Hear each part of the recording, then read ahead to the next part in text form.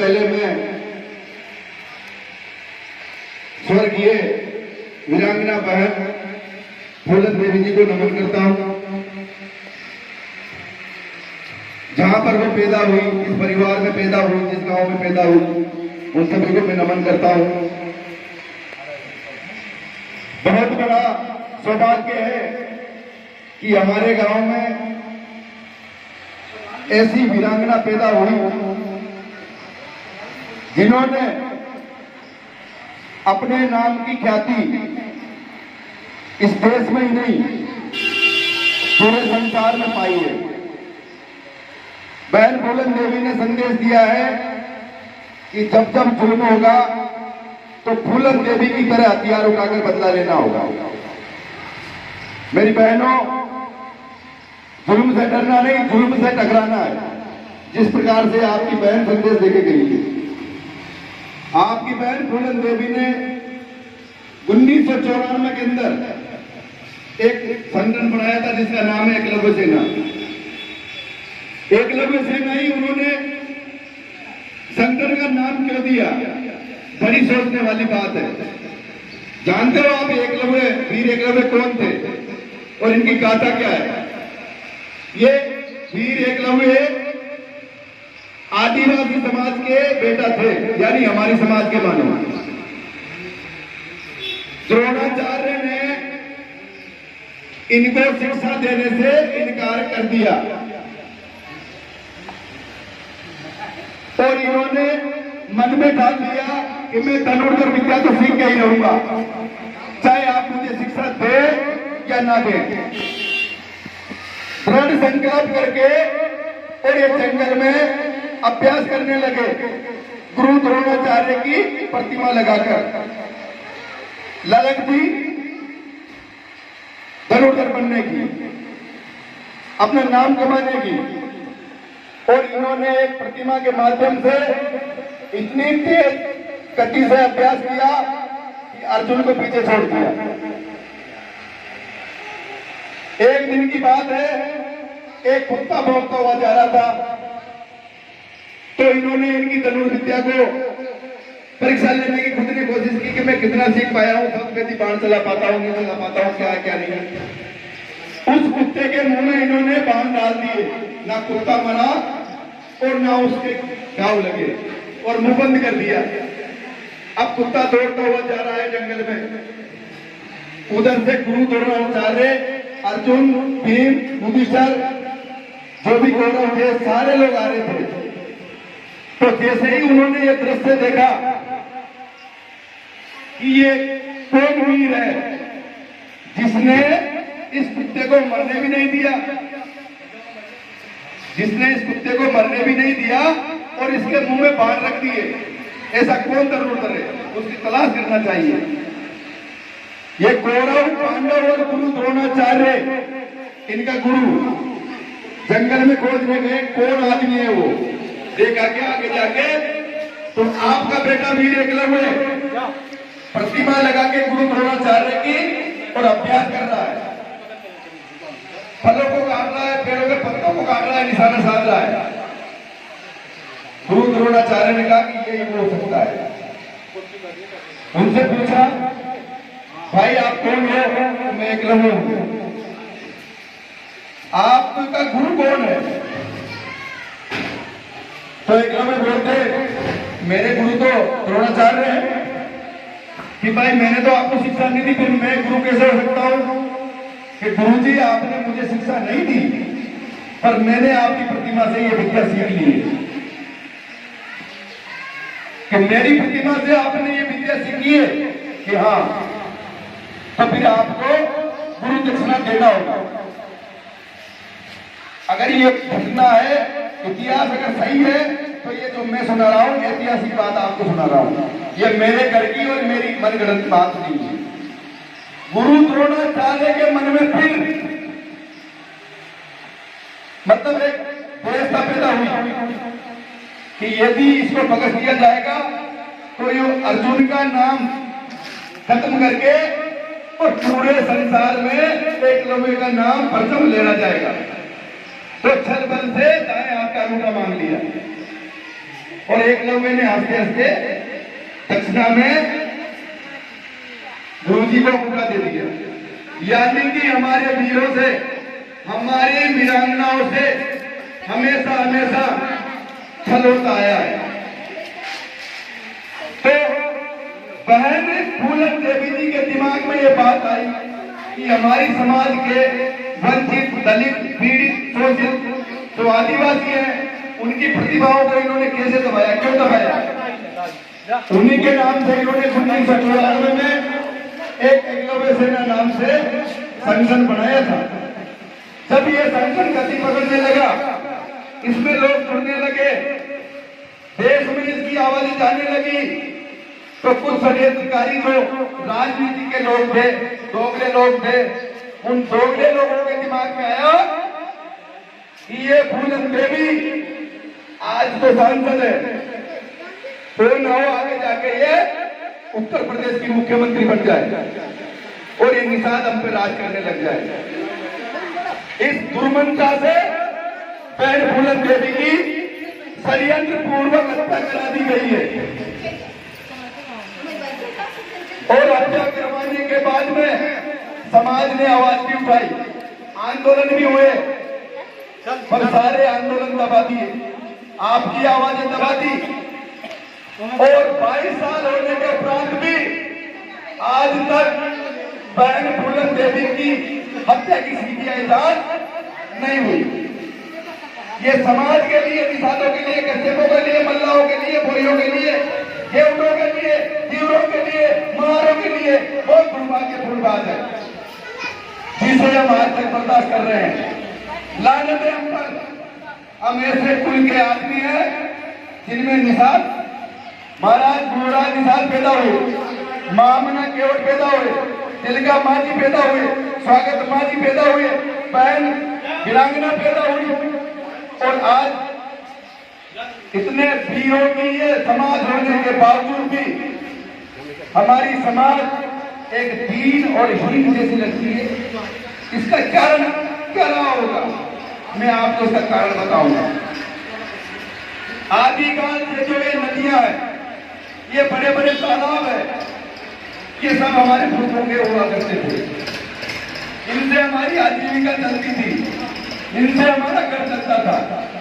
मगर जो सियासत में बैठे मनवादी सोच के लोग, उन्होंने आपके पेट को काट दिया, ठेका प्रणाली ला करके और सारे नदियों के बड़े बड़े बांधों के ठेके अन्य समाजों के लोगों के हाथों में संभाल दिए और आपके पास कुछ नहीं बचा।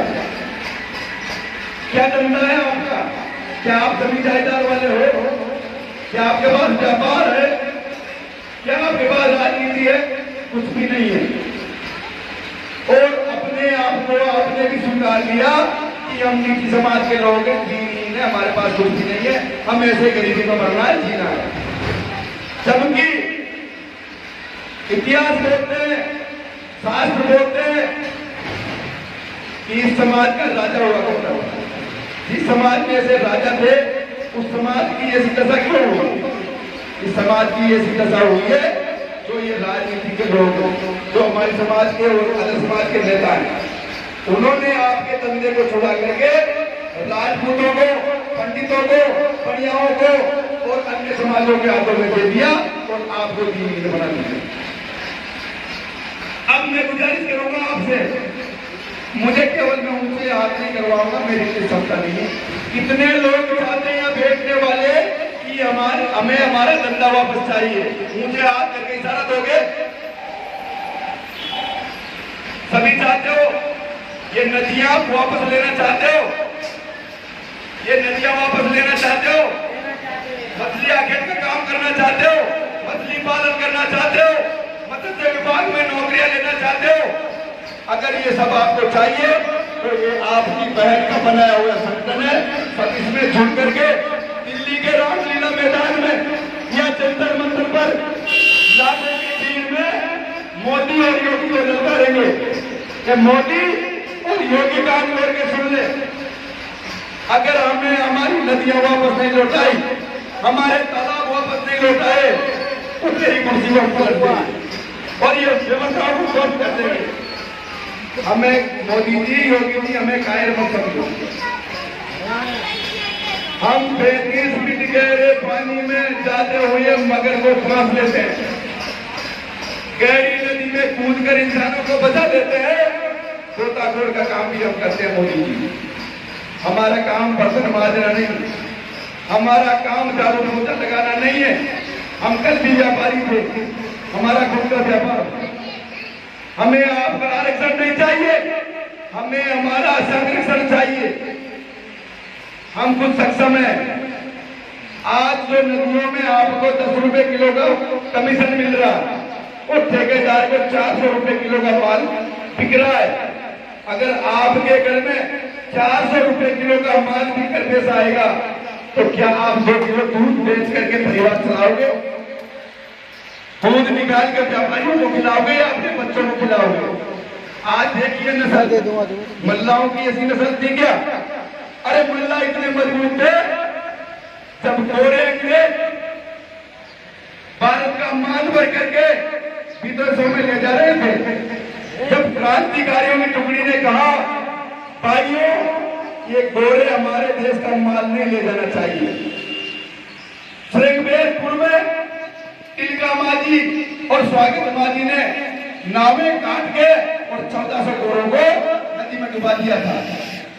ऐसे समाज के पीर थे हमारे लोग, और इन मनवादी लोगों ने हमारा धंधा छुड़ा दिया और आपके दिमागों में भर दिया धर्म, मंदिर, कांवड़ यात्रा, न जाने क्या क्या त्योहार बना दिए और आपको कह दिया कि ये गंदा काम, आप गंदे मत करो, आप व्रत करो, चोट का व्रत करो, ग्यारस का व्रत करो, प्रदोष का व्रत करो, फलाना करो, टीका करो। ठीक, आपने इधर उलझा दिया। और जो चांदी निकलती है यमुना से, चांदी निकलती है गंगा से, कावेरी से, सोमवती से, लूनी से, तवा से, वो सारे राजपूत मजे कर रहे हैं, बढ़िया मजे कर रहे हैं, जैन मजे कर रहे हैं। तो आपको सोचना होगा, समझना होगा अपनी समस्या क्या है।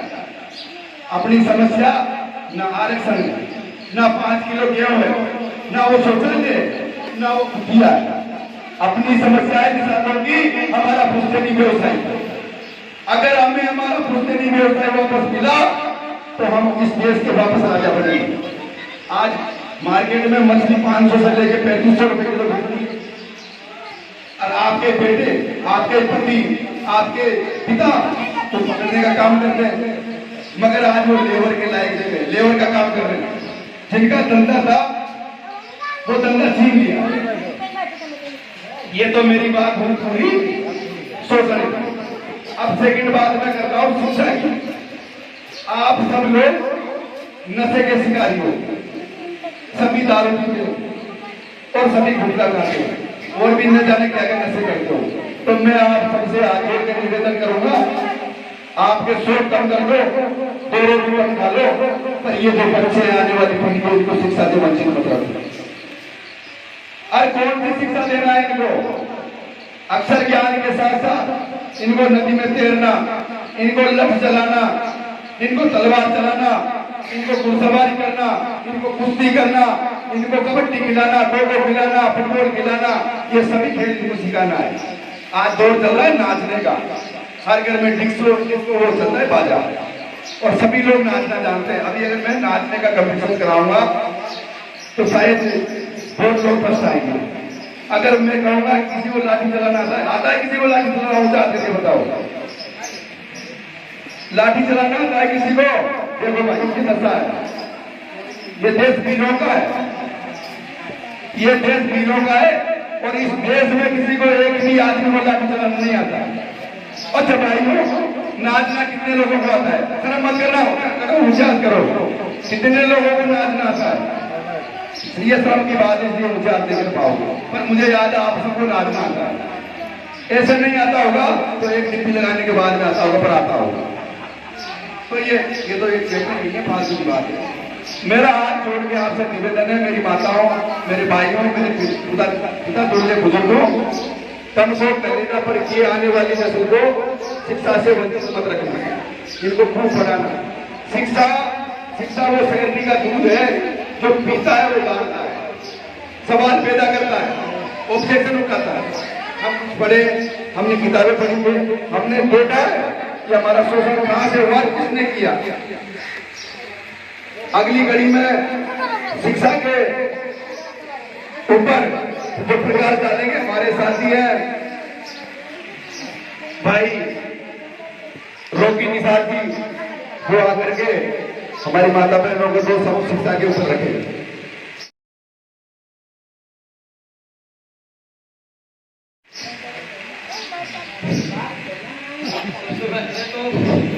आप सभी को जय निषाद राज, जय वीरांगना बहन फूल देवी। हम इस संगठन से जुड़े हैं। हमारा नाम भूप सिंह निषाद उर्फ रॉकी है। हम आप लोगों को संदेश देने आए हैं। ये संदेश है हमारे माननीय सुभाष कश्यप जी का, जो हमें संदेश दिया है। उस संदेश को लेके आप लोग तक आए। सबसे पहले तो जो हमारे माननीय सुभाष कश्यप जी हैं, उनके चरणों में सिर नमन करके और उनकी भाषा शैली और विचारों पर चलकर हम सभी माताओं बहनों व युवा भाइयों को चलना होगा। सबसे पहले आए हुए यहाँ पर मेरे सभी कार्यकर्ता भाई एवं हमारे संगठन के सभी महान लोगों को तहे दिल से स्वागत करता हूँ। और यहाँ बैठे हुए सभी माताएं बहनें, बहन भाई एवं मेरे बुजुर्ग पिता समान भाइयों को, दाऊ चाचाओं को तहे दिल से धन्यवाद करता हूँ। हम बात और चर्चा करना चाहता हूँ शिक्षा के ऊपर, जो कि अब हमारे कोषा अध्यक्ष साहब ने बताया है कि शिक्षा की सही जानकारी लेना। क्या शिक्षा की सही जानकारी हमें स्कूलों में मिल सकती है?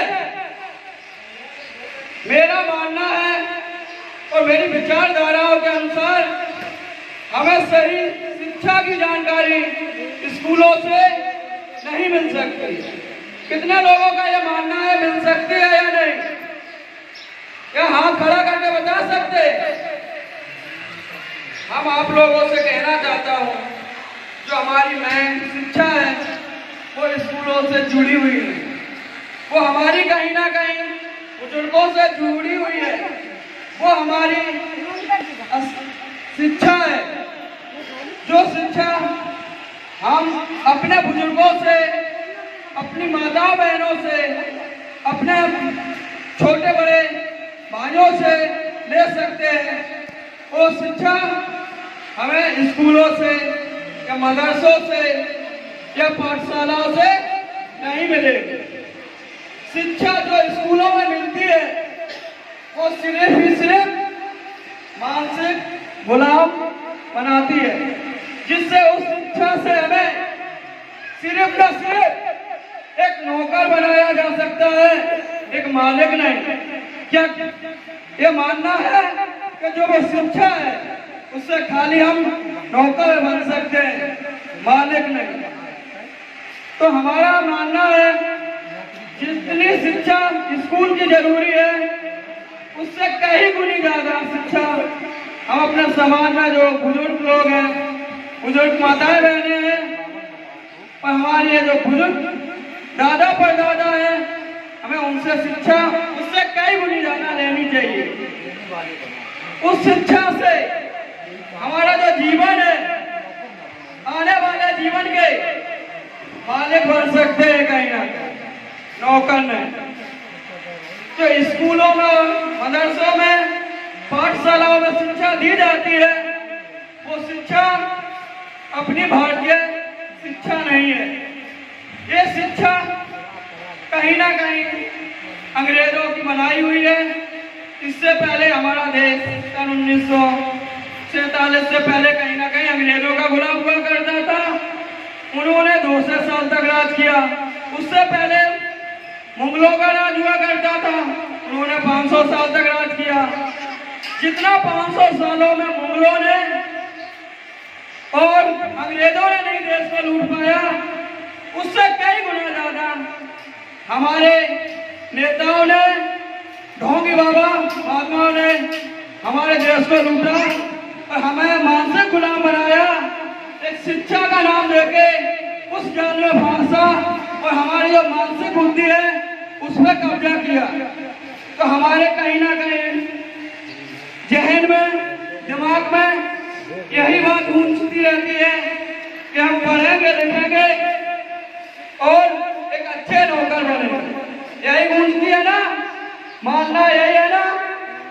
तो हम बताना चाहते हैं इस संगठन के माध्यम से जो हमारे महामान्य सुभाष कश्यप जी हैं, उनकी विचारधाराओं पर चल के और उनके जो विचारधारा है उनका संदेश देने के लिए ए भाई आपके सामने खड़ा है ये बेटा, जो समझे जिस नजर से देखे वो आपका बेटा है भाई यहीं खड़ा हुआ है।